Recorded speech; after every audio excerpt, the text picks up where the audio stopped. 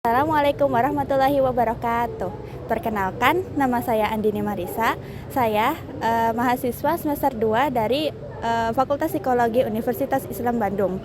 Saya di sini akan mengerjakan tugas wawancara bersama Pak siapa? Denis, Bapak Denis. Ya, bersama Pak Denis, membahas tentang kasus bunuh diri. Nah, Bapak apa kabar? Alhamdulillah baik, sehat. Sehat, alhamdulillah ya. Ya, kita sedang berada di basement parkiran Unisba, tapi di rooftopnya. Baik. Langsung saja ke pertanyaan pertama ya, Pak. Ya.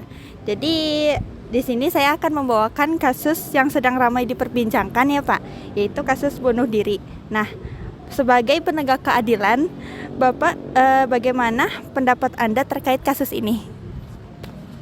Kalau kasus bunuh diri di antara anak-anak muda gitu, kita harus lihat dalam segi beberapa sisi. Jangan satu sisi, harus beberapa sisi.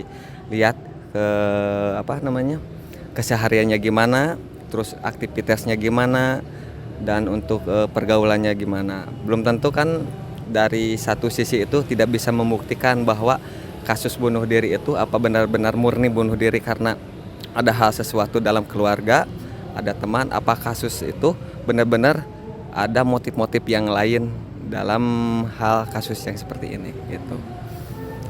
Berarti dari banyak aspek ya, Pak. Bisa dari keluarga, bisa dari teman, bisa dari pendidikannya. Seperti itu ya, Pak. Ya betul, karena kalau dilihat dari satu sisi banyak hal-hal yang rancu gitu. Kalau lihat dari segi sisi mungkin kita dapat menyimpulkan kasus-kasus seperti itu. Apa mungkin dia benar-benar karena ada tekanan dari keluarga juga, apakah dari teman-teman, apa dari pergaulan. Bisa jadi kalau pergaulan yang tidak baik itu bisa jadi karena mungkin ya dalam tanda kutip hal-hal yang bisa bersifat karena yang kejahatan anak muda kayak narkoba kayak gitu. Mungkin kalau dari sisi keluarga mungkin ada tekanan keluarga karena apa dari ekonomi, apa dari istilahnya berantemnya orang tua gitu, bisa jadi ke psikologis anaknya juga berubah gitu. Terus dari itu juga kita harus dalam orang tua dalam memberikan didikan agama juga harus baik dalam pendidikan gitu. Dalam istilah kalau kita nakal kan dari teguran orang tua juga jangan terlalu menekan, jangan terlalu menuntut juga gitu. Dari aspek-aspek itu juga kita bisa menilai bunuh diri itu apa karena gimana-gimananya gitu ya. Ya, oke, baik, Pak. Sebentar.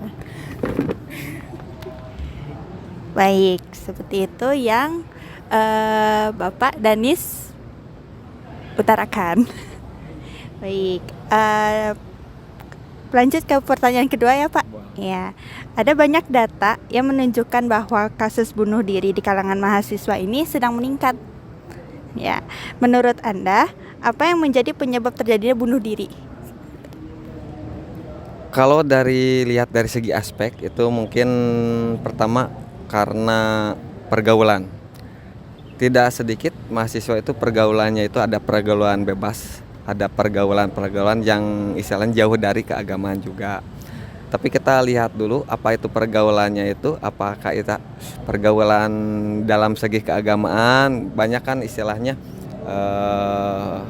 kayak organisasi keagamaan itu harus ditingkatkan karena itu memberikan suatu efek kesehatan mental juga mungkin itu. Terus kedua aspek pergaulan itu dalam segi material, mungkin dia lihat teman-temannya yang mampu sedangkan dia enggak.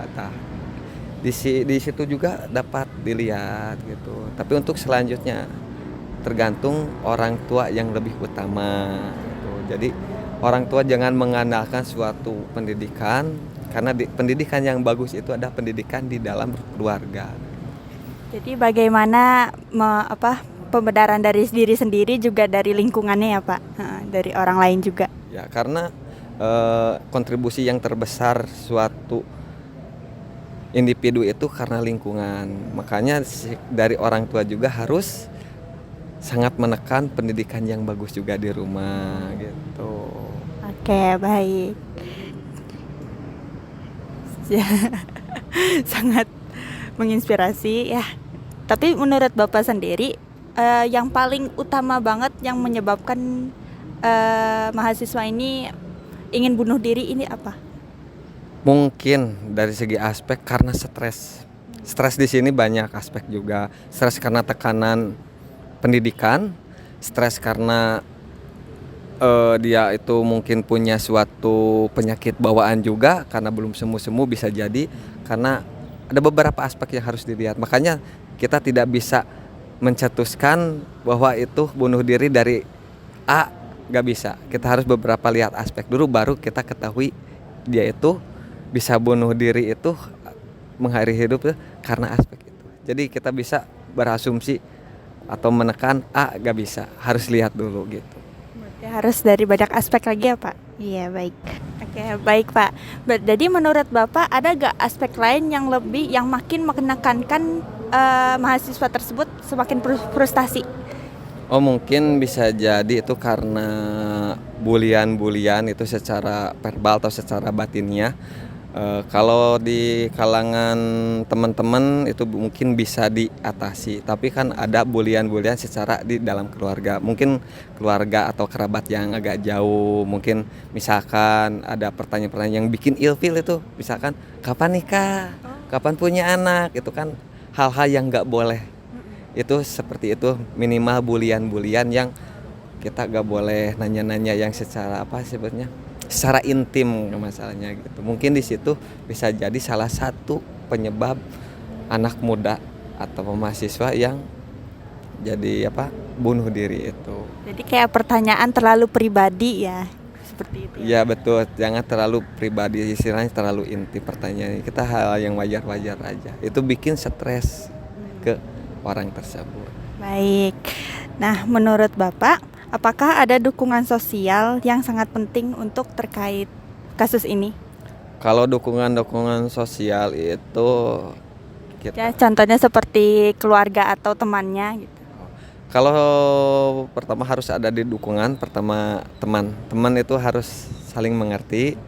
Teman yang paling utama itu di keluarga, kayak orang tua, kakak, adik itu harus menjadi kontribusi yang besar buat kesehatan secara mentalnya gitu. Jadi selain itu mungkin tingkat keagamaannya juga harus ditingkatkan lagi biar secara mentalnya bagus. Baik. Jadi kan tadi Bapak menyebutkan kalau kemungkinan dia frustasi karena tekanan pendidikan nih.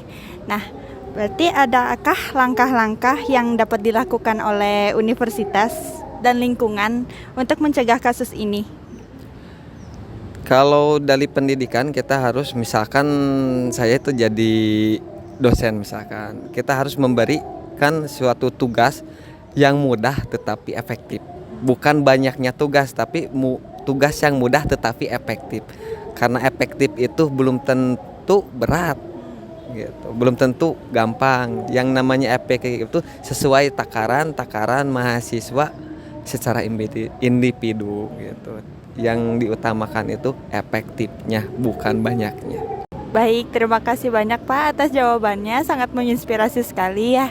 Nah, paling yang terakhir nih, apakah ada pesan dari Bapak sendiri untuk disampaikan kepada seluruh mahasiswa yang sedang menghadapi kesulitan, entah itu akan kehidupannya atau kepada akademiknya?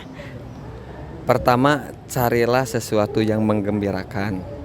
Misalkan istilah bahasa yang modern healing atau sebut liburan. Karena liburan itu sesuatu yang dapat merepress, tidak dapat istilahnya merepress biar kita tidak stres. Kedua, carilah sesuatu kesenangan. Kesenangan di sini dalam kutip positif. Jadi pelajaran itu harus disenangi karena kesenangan itu sesuatu yang menyehatkan. Baik, sekian dari kami semua. Paling nanti izin kalau tugas ini kemungkinan akan ditampilkan di depan kelas. Tidak apa-apa ya? Ya tidak apa-apa. Terima kasih Bapak. Ya, sekian dari saya. Wassalamualaikum warahmatullahi wabarakatuh.